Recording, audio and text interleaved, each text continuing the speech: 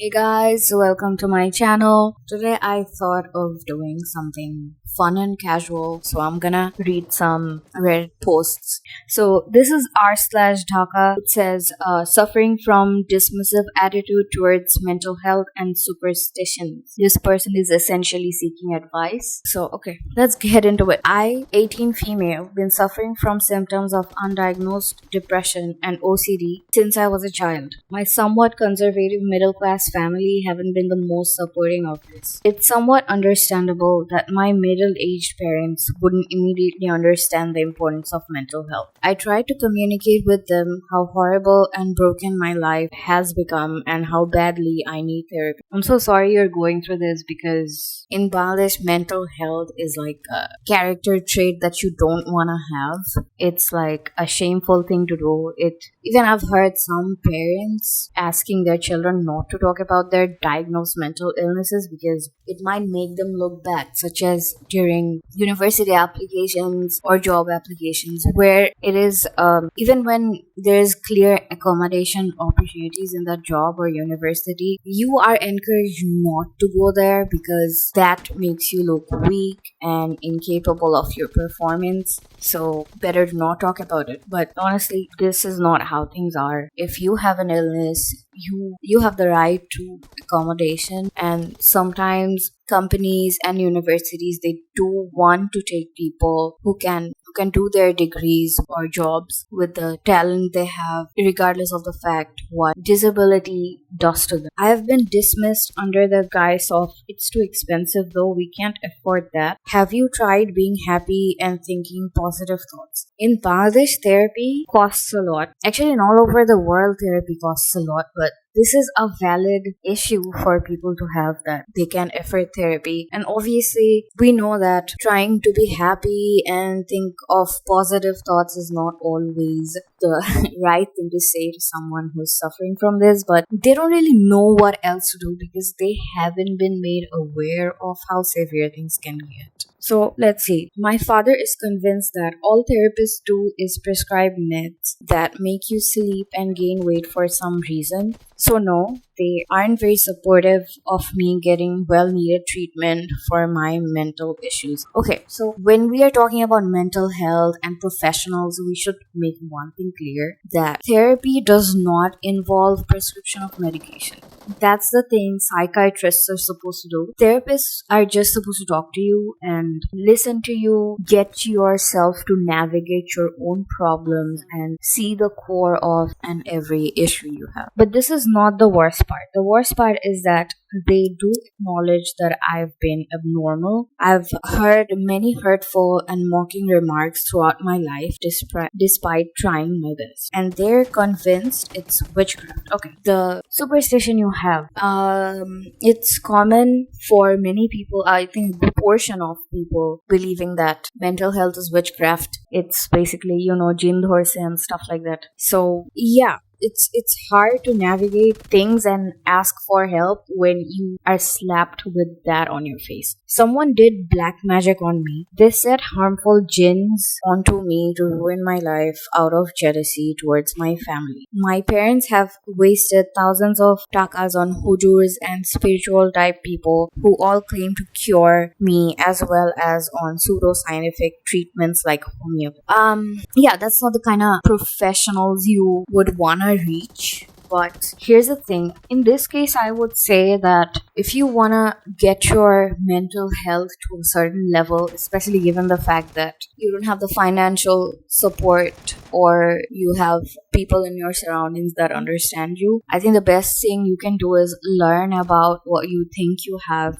You can look at some diagnostic tests and criteria that you need to meet to be diagnosed a certain illness. So doing research is definitely a good starting point if you want to do something about whatever you're going through. And of course, I want to appreciate you for acknowledging that you have something and you want to get to the bottom of this and fix it, because it's common in countries like this to just ignore it and, place the happy thought sticker on whatever you're going through. So, yeah.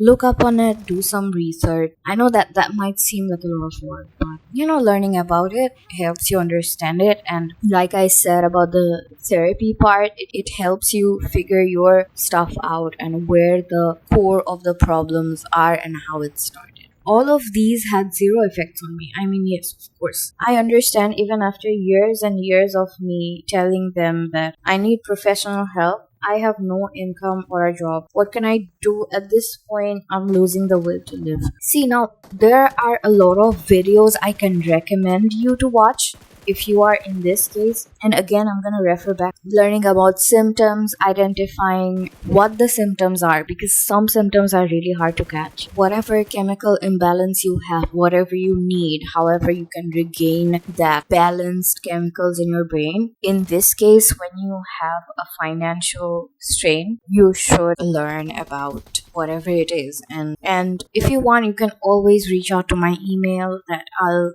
add down below, and I will also add some videos that you can go through if that would be OCD and depression related, that I'll put in the description. So let's look at some replies. I am going through almost the same stuff. I believe people mock me behind my back. However, I have somehow managed a world within myself where I am the only one. I do not care much about others, and to be honest, I can't even. For the awareness of mental health and therapies, majority of the people, including the educated folks, think that it's some sort of unnecessary thing. If you cannot afford therapies and stuff because your family's mentality, try to communicate with someone who went through therapies for several years and understand and is passionate. Practice yoga and other stuff. Find a hobby that will keep your body and soul sound. If you are in school, college, or uni, try to find someone who has mental health awareness. If there is any mental health counselor in your institution, then try to talk to them.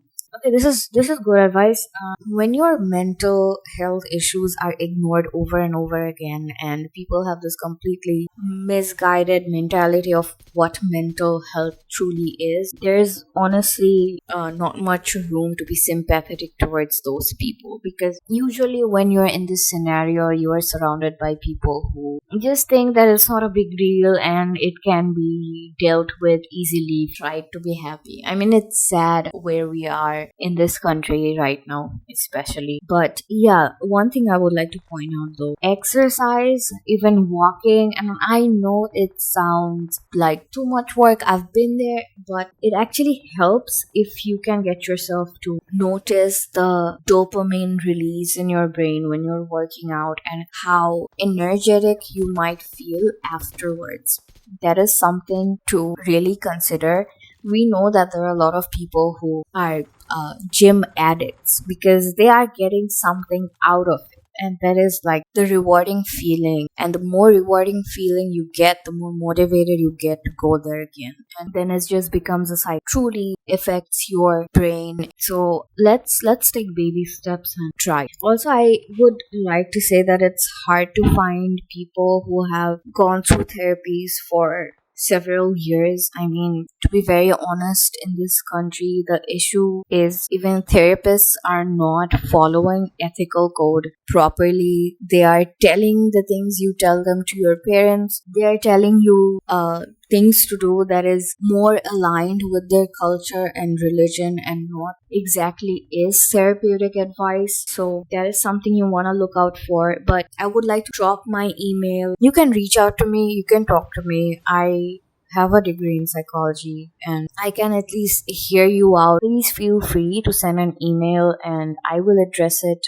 as soon as possible. Another person commented, it's hard to make Bengali parents understand about mental health issues. I'd suggest consulting with a teacher or an elderly person in the family who could potentially acknowledge your issues and make your parents understand as well. Don't give up on life. You're strong enough to get through this. I mean, yeah, it's a fact that you're strong enough to get through this, but I don't think you can talk to just anyone you want. People can give you the wrong advices. People can tell you the wrong things that you don't want to hear, things that you don't need to hear. And if you want to improve on your mental health, it's best if you become very selective about who you want to discuss this issue with. A lot of people would like to blame it on you about not having enough patience, enough courage to work through this.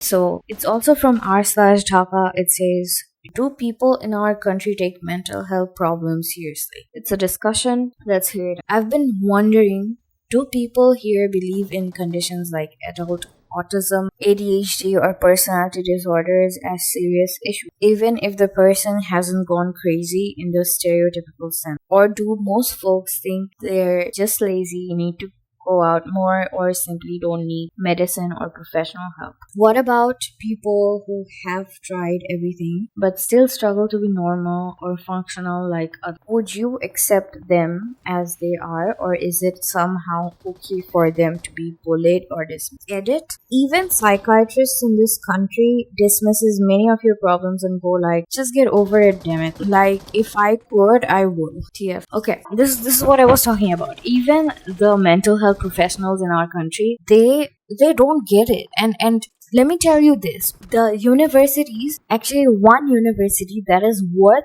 considering as a good institution for psychology is Dhaka University. And in Dhaka University, think of people in our parents' generations who are like within the age range of 40 to 60. The people who have studied psychology in Dhaka universities didn't really have psychology as their first choice. They had it as a backup option if they don't get admitted onto their desired degree, which would probably be something like business or arts, public administration, economics. So the people who are now professional and who have graduated in a circumstance where psychology was not their first option is just not in their passion. It does not fall under their interest. So it's unlikely that they will be strict about the ethical code they should follow during their practice. And because psychology and mental health and therapy is not well known in this country, you will not be able to pick up on any ethical breaches they're making. Breaches include stuff like not letting your personal beliefs and stuff get into your practice. It's the ethical code is to be as neutral as possible and to keep your personal life away from your practice. But in our country, that does not happen because you most likely would not pick up on their unprofessionalism. So they just do whatever they like. They are mostly not passionate about it. Don't get me wrong, a lot of professionals are passionate about it and they really do care about helping you. But here's the thing about most therapists in Bangladesh is like, if you have heard about Livespring, they have dealt with a lot of necessary complaints. And like, suppose you're not supposed to drag religion and culture to the therapy. So the top comment here is, all you need is milk for strong bones. The only mental health advice I got from my parents is that Mayer upor oshud nai, which means like there's no other solution other than beating them up. I guess I was hit with the right amount of mental disorder to use humor as my coping mechanism. Yeah, so this is a classic example of how we deal with mental illness in this country. It's like our parents say, I have given you a bed to sleep, food to eat every day, and I am paying for your education. Why on earth do you have a mental health issue? That doesn't make sense. But oftentimes it's not something you choose. It's a lot of it can be genetic, a lot of it can come from the environment. So yeah, a lot of us adopt humor as a way to cope with it. Okay, next comment. If you have ADHD like me, you are on your own, brother. Only another with same condition will understand. They just think it's an excuse for not being sincere to your work, study, life. For people who have ADHD, and ADHD is more common than you think, and you do need accommodation or help with that, whether you're working or studying, because your brain literally does not work the same way as neurotypical brains do. So yeah, if you have ADHD, it's not that you're lazy, it's you don't want to work or deal with stuff in your life. It's literally your brain producing less dopamine than normal, so you barely have any motivation to do anything. And besides the fact that people don't understand that it's due to a medical condition. They just think you're incapable of your job or study, when the real case is you're not. So, having to deal with ADHD myself, I think the best thing you can do for yourself is to go for something that you like doing. And then, as it turns out, when you do something that you have a passion for, you are able to have focus better than normal people. So, besides the world not being made for people with ADHD, a lot of people are surviving through it. And with the two posts that I've read, there's a lot of discussion to be had about these topics, and I think we can really go deep into it. So, I'm gonna end the video here, and I would love you all to discuss this further in the comment section. And please feel free to email me and check out the videos that you can watch that can help you gain some information about the things you're struggling with. And please don't fall into the trap where you start hating yourself because of what you're dealing with, because during most of the cases we can't control the things we feel, but we can always analyze it and learn. So that's it for this video. Please let me know if you would like me to do another one of this. I think it can really help us as a team to grow and improve on ourselves, work on ourselves in a healthy way, and hopefully get where we want to get in life.